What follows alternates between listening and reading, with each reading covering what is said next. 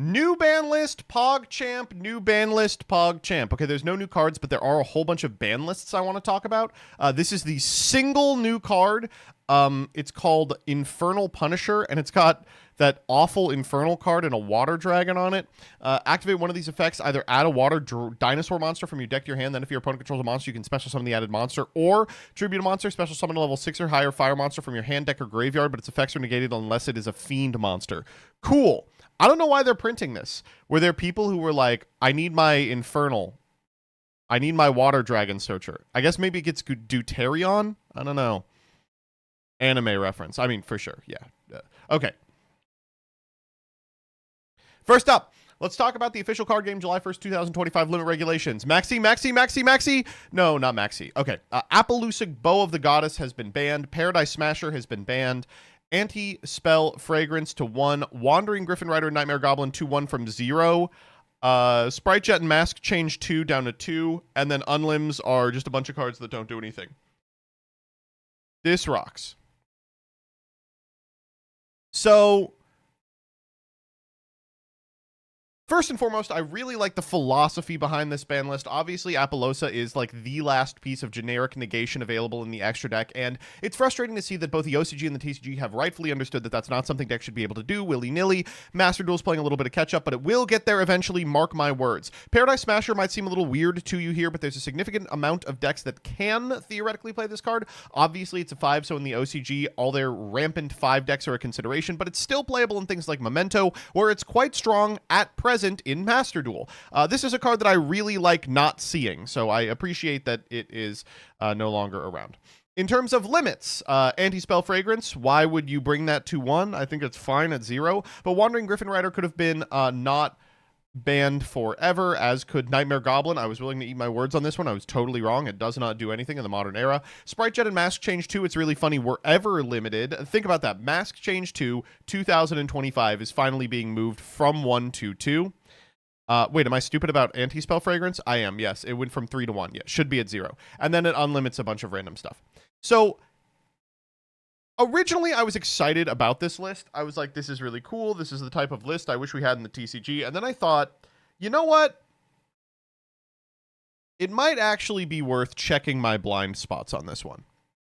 Like, I make content for and about the TCG and Master Duel. I don't actually know too much about the OCG. I know what's good in the OCG just because it's preparatory work for what's going to be good in the TCG. But what do OCG players actually think about this list? So I put out a thing on Twitter. I was like, to anyone who plays OCG, can you give me your thoughts on the list? And generally they were like, it was fine. It was okay. But when you take kind of a closer look at the list, you'll see there's nothing on this list that impacts the top decks. Like in the OCG, there's a significant amount of strategies that are playable that are largely not impacted by this. It's just smoothing out the edges on problematic cards that remain available.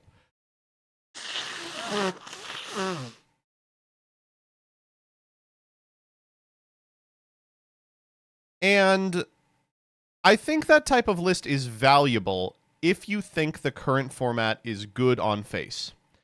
The general consensus among OCG players seems to be that this like VSK9 format they're currently in is fun enough that they are willing to take a hit in terms of the list doesn't shake up what decks are playable. That they're enjoying the format enough that this is really all they wanted. A bunch of the chaff moved down. A bunch of the unfun bullshit like ASF, Appaloosa, Paradise moved up. But there were some people who were like, I'm upset that the list wasn't used for its explicit purpose, which is to change the decks that are being played. So while originally I was like, this is an 11 out of 10 list, I was surprised to hear a lot of OCG individuals thought that the list was basically made for content creators to make the Pogface app because they saw Appaloosa was banned and not necessarily to balance the game. That the game was already in a balanced state, and because we had a set date on it, they just had to do something.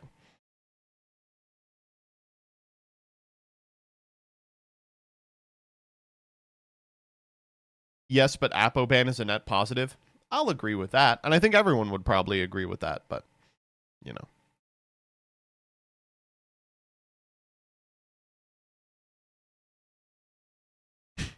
Mass change too, though. No maxi movement equals bad list. It's going to take them some time. I'm hoping they move it to 1. Maxi did go to 2 before, by the way, just to instill the fear of God in all of you. Maxi has gone to 2 before and then gone back to 3. If you want it to go to 1, you got to hope. All right, Asian English ban list. So for those of you that don't know, the Asian English format, this is a format that plays using a completely separate card pool because they tried to force 10,000 cards in at once, has received a ban list update. I just like looking at these from a total outsider's perspective. It's always funny to see they're like, yeah, we're finally going to hit Halka Fibrax in 2025. But Ryziel is currently one of their best decks. They have forbidden Abyss Dweller, Kaiser Coliseum, and Summon Limit. Great. Ryziel catch-up. D-Shifter to 1, X Ryziel to 1. Wow, they're ahead of the the TCG. Sword Ryziel to 1 and Bonfire to 1. Then Engraver to 2, classic Konami move. Gamma to 2, okay. Track to 2, and Gold Sark to 2. Hilarious. Well, I mean, it does bring Ryziel more to heal, but, I mean, we've shown that you can still play it no matter how few of these cards you have. As long as X is legal, this will be a fine deck.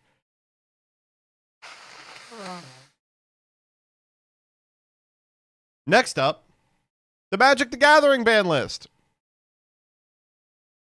So, no changes to anything. Pioneer, Modern, Legacy, Vintage, Pauper. With the exceptions of these weird arena formats and Standard. So, one of the funniest things about Magic the Gathering ban lists is they talk specifically about why they've done what they've done. So you might be shocked to see Magic the Gathering doesn't often have these sorts of sweeping comprehensive ban lists that the Yu-Gi-Oh! Trading card game is known for. Instead, they ban very little, very infrequently. And one of the things that I really appreciated was that in recent years, the Standard ban list has been very sparse. I think it's a really bad sign when a shitload of cards are banned in Standard. But, for what it's worth, everyone I know who plays Standard was like, there does need to be movement here. They've banned 7 cards. Now, there is a little bit of a precedent for this. This is not the most cards that's been banned in Standard at any individual time. And more importantly, Standard has moved in such a way that it's now a 3-year rotation cycle. So there are huge downsides to leaving a card legal until it becomes rotated or something. But Corey Steelcutter, Abuelo's Awakening, Monstrous Rage, Heartfire Hero, Up the Beanstalk, Hopeless Nightmare, and This Town Ain't Big Enough are all banned. If you check their discussion of it, today's announcement is our once-a-year early rotation window for Standard. Our goal is to set the next rotation cycle up to be as fun as possible. We do this by saying an early goodbye to a number of cards that have proven their strength and made the format less fun by creating unhealthy play patterns or restricting the viable deck-building options available in the environment. Our last ban and restricted announcement was roughly 3 months ago, shortly after the release of Ether Drift, where Standard was looking fun. There were decks currently at the top of the metagame, but below those there was a sea of other decks that stood a fighting chance. With the release of Tarkir Dragonstorm, we accidentally printed this card, Corey Steelcutter. 1 in a red equipment that gives a critter +1/+1 trample and haste, and whenever you cast your second spell each turn, you make a 1/1 white creature token with prowess that you can use this card to equip to. I don't know about you. I play Magic infrequently, but this reads to me like one of the most powerful cards ever printed. Am I crazy? Maybe it's because I recall making a lot of germ tokens in my day, but oh my fucking god.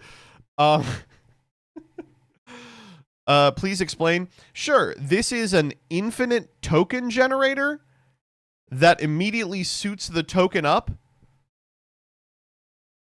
and permits it to attack for a shitload of damage. Also, the token has prowess? Are you kidding me? 2-mana Monastery Mentor. It's just Bitter Blossom, right? It's Better Blossom? It's a once per turn at least. Oh, that's true. Anyway, it went crazy. It's been going nuts, and it has a lot to do with this card too. Vivi, one of the Final Fantasy cards, which makes 1,000,000 mana, domes your opponent for 1,000,000,000,000. So they hit this. Also, Omniscience is in standard. This is a classic Magic card. It says you could just play Yu-Gi-Oh for the rest of the game, but it costs 10. So much of the deck is about cheating it out. There's a deck that cheats it out. And then finally, Monstrous Rage has been kind of the cornerstone of red deck wins. Target creature gets +2/+0. Create a monster roll token attached to it.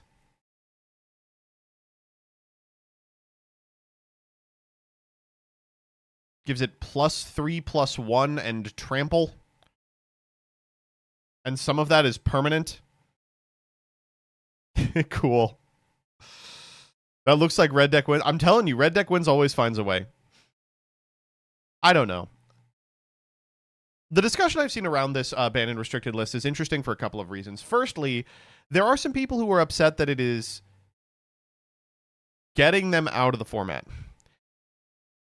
In Yu-Gi-Oh!,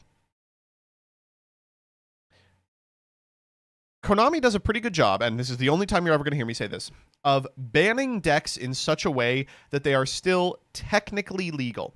And for individuals who pet deck, that is sufficient for them. As long as their deck is legal in any way, shape, or form, they will try to play it, right? Magic the Gathering players are a little more concerned about actually winning games. And, that makes sense, especially in a format like Standard where you've already bought into the assumption that at some point your cards will no longer be legal. So for some of these individuals, they bought cards that had an expiration date, and they're finding the expiration date is coming up sooner than they had hoped. And for those individuals, it's kind of frustrating, I think, to know that even in the format that they're already feeling like they're renting cards, their rental agreement can be canceled at any given time.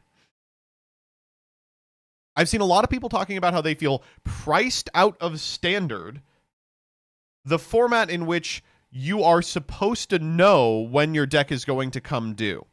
And I understand that perspective.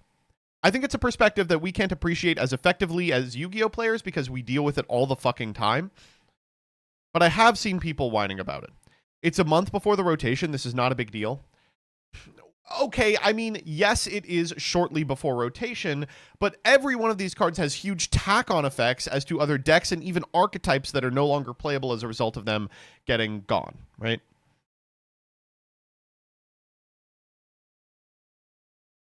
None of these cards are rotating. I think what people are saying is significant shakeups will occur anyway because of the physical act of rotation, not necessarily that these cards will go out. Like, we know these cards aren't going out. Moreover, I have seen a really strange criticism of this ban list that I would like any Magic players to sound off on. And that is that the banned and restricted list is being influenced not necessarily as a result of play rates and win percentages, but of player attitudes disseminated from content creators, right? Like that people like Saffron Olive, etc., that hold a sort of psychological weight in the community are repeating sentences like Corey Steelcutter is broken, Monstrous Rage is broken, I'm sick of playing against that, this town ain't big enough, which disseminate to an audience that is less discerning and maybe doesn't play a ton of Standard, who then parrot those, making the B&R committee feel as though there is an outcry for these changed. Now, again, I don't know if this is true or not, but I've seen like dozens of people talking specifically about this phenomenon. Very fake. If anything, it's over-influenced by Best of One in Arena because it encourages fast decks. Very fake, the whole top cut was these two decks. I think the argument would be, is that a problem? Do you feel that's an issue? To that, I would say, yes, I do, personally. But I'm a streamer, so I guess that would be proof positive that they control the economy. Rothschild pussy got me acting strange. I asked who controls the ban list, and I said Saffron Olive. It's unreal that anybody gives any time to Seth's competitive opinions. He's a great brewer, but I cannot listen to his podcast without wanting to scream anytime he tries to comment on anything. Possibly the most ignorant, made-up opinions imaginable? Siberian, is that your real perspective? I certainly hope you're being honest and truthful here, because that's such a fantastic Siberian paragraph. Oh my god. Anyway, what an odd situation. Me personally, I just hate seeing shit like this.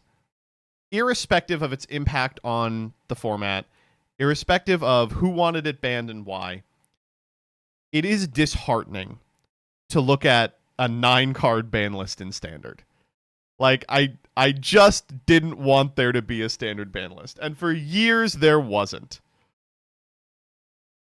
But with a 3-year Standard period, I mean, it almost seems inevitable that they're going to have to do lists like this, and they seem to kind of forecast a future in which this happens every time there's a once-a-year early rotation. So I don't know. Guy who doesn't play Magic, I hate to see Magic like this. Chat, I hate to do this to you. You are now going to have to endure my Magic opinions. I have been playing enough Magic of late that you once again will have to endure my Magic opinions. I know. Although I don't have really developed opinions on Standard, so maybe you're right.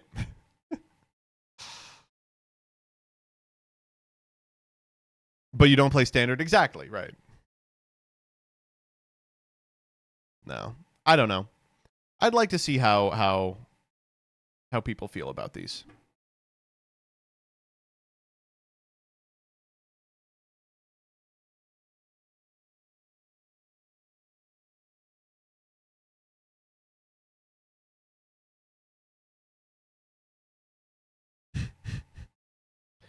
Up the Beanstalk is such a fucking fun card, though. Oh, man.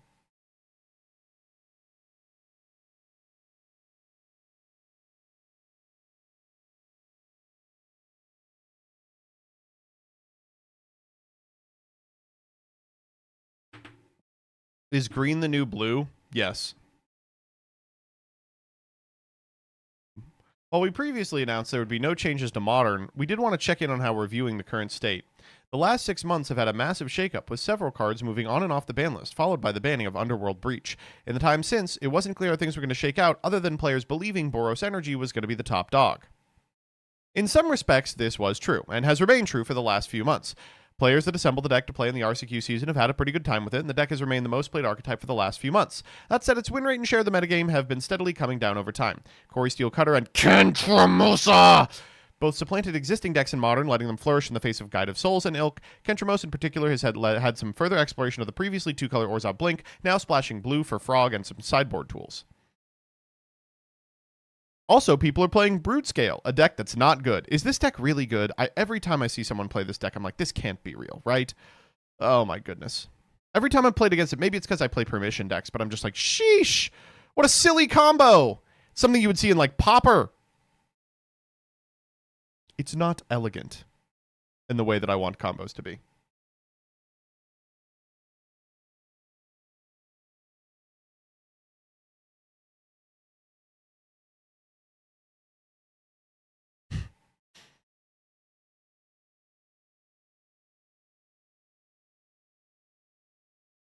More like Affinity than a combo deck. Wow, that's... What a strange way to describe it. Wow, what a strange way to describe it. Totally true, though. I mean, I just never thought about it like that. It even has Springleaf Drum.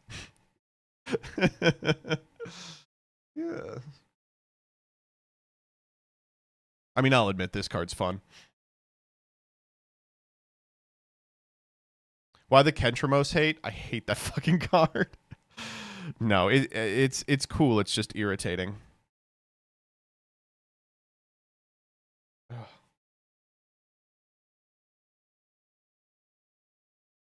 Do you guys want to see the worst looking card ever?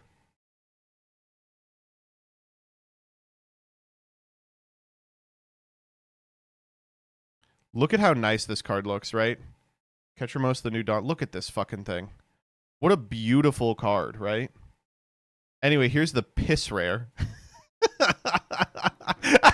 This is a real card. It looks like this. People have the option between playing this version and this version, and some of them pick this version. Oh my god. Oh man. If there was no maximum gold, we would need to invent it. Oh man. All right, I think that's all I want to talk about with respect to ban lists. Let's do the Alestrals ban list.